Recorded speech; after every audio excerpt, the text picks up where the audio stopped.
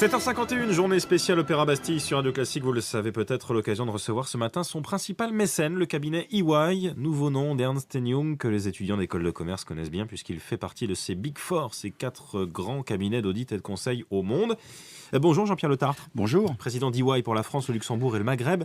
Alors vous qui êtes au contact des entreprises chaque jour, est-ce que vous percevez, comme peuvent le laisser entendre les chiffres du chômage publiés hier, des signaux positifs pour l'activité économique en France ?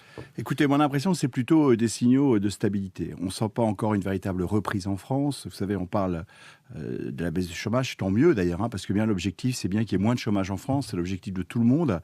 La question, c'est est-ce qu'on crée des emplois en France ?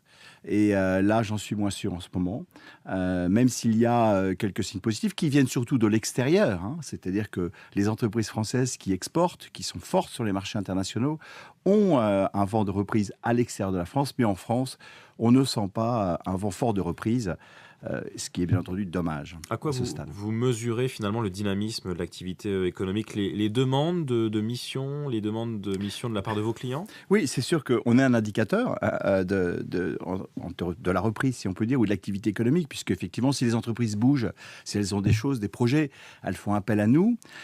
On peut mesurer aussi ça par les contacts réguliers qu'on a avec les entreprises. Vous savez, je ne vais pas faire une analyse macroéconomique, mais on voit beaucoup de clients, beaucoup de chefs d'entreprise. Et aujourd'hui, on ne sent pas cette forte reprise, même s'il y a des signaux positifs. On voit aussi de très belles entreprises se développer. Vous savez, dans le cadre de notre prix de l'entrepreneur, on a encore 200, 250 PME entrepreneurs qui sont en forte croissance et en fort développement. Donc l'activité n'est pas homogène, mais globalement, la reprise n'est pas encore là. Le grand sujet du moment, Jean-Pierre Le Tartre, c'est la fiscalité. Le gouvernement va créer un nouvel impôt sur les entreprises, une taxe sur l'EBE. Alors c'est un peu technique, un peu difficile à comprendre. C'est l'excédent brut d'exploitation. D'un point de vue mécanique, l'idée c'est que le taux de l'IS, l'impôt sur les sociétés, déjà trop élevé, on change l'assiette de l'impôt du coup ? Oui, franchement, quand on est dans un pays où on dit qu'il faut simplifier, qu'il faut avoir des messages clairs vis-à-vis des investisseurs, vis-à-vis des investisseurs actionnaires, vis-à-vis de l'étranger, et qu'on complexifie par un impôt complémentaire, on va créer pour la première fois un nouvel impôt. On va créer un impôt qui est complètement différent c'est pas la première fois malheureusement, qui n'existe nulle part ailleurs, qui va ajouter de la complexité et qui en plus se positionne dans le compte de résultat juste avant les investissements et qui donc va être une incitation à la délocalisation puisqu'il va taxer le résultat avant les investissements. Franchement, je pense que ce n'est pas une bonne idée. Je sais qu'il est extrêmement difficile de boucler un budget, mais je ne crois pas que créer un nouvel impôt, créer de la complexité, avoir encore... Vous savez, on est souvent, nous, en contact avec des investisseurs étrangers qui veulent investir en Europe. Il faut leur expliquer la France. C'est pas toujours simple. Et on le fait, parce qu'on croit dans notre pays et on veut qu'il y ait des investissements étrangers en France. Bon...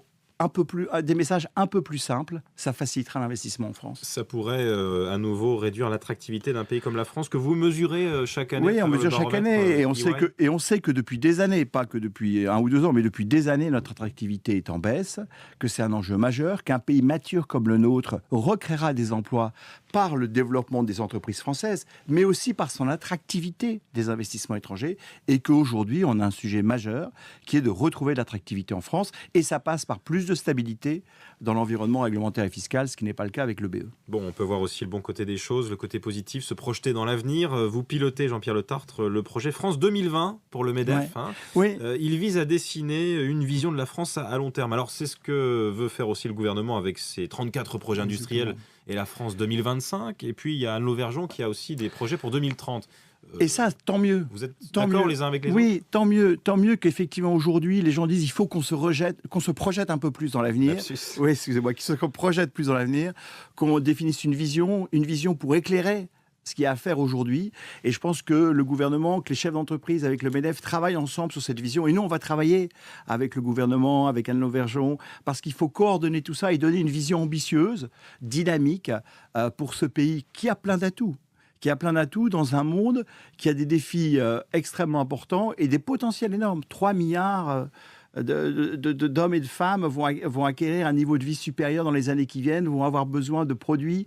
Et la France a des atouts, a des leaders dans beaucoup de secteurs d'activité qui sont extrêmement importants pour le futur, que ce soit l'environnement, l'énergie, l'agroalimentaire. Donc je crois que la France a des atouts. Il est bien de donner du sens. Parce que vous savez, je pense que ce qui est important, c'est pas uniquement les moyens, c'est de donner un peu de sens, donner une fin, à quoi ça sert. Eh bien moi, je pense que si tous, et c'est ce qu'on veut faire avec le MEDEF, gouvernement, entreprises, syndicats, universités, on réfléchit tous ensemble à donner un peu plus de sens à la France, eh bien je pense qu'on sera sur un meilleur chemin et que nous arriverons à prendre les bonnes mesures pour aller dans ce sens. Ce sera le mot de la fin. Merci beaucoup Jean-Pierre Le Tartre, patron d'EY pour la France, le Luxembourg et le Maghreb. EY, je le rappelle, Ernst & Young, nouveau nom, principal mécène de l'Opéra Bastille. Journée spéciale Opéra Bastille sur Radio Classique. Avec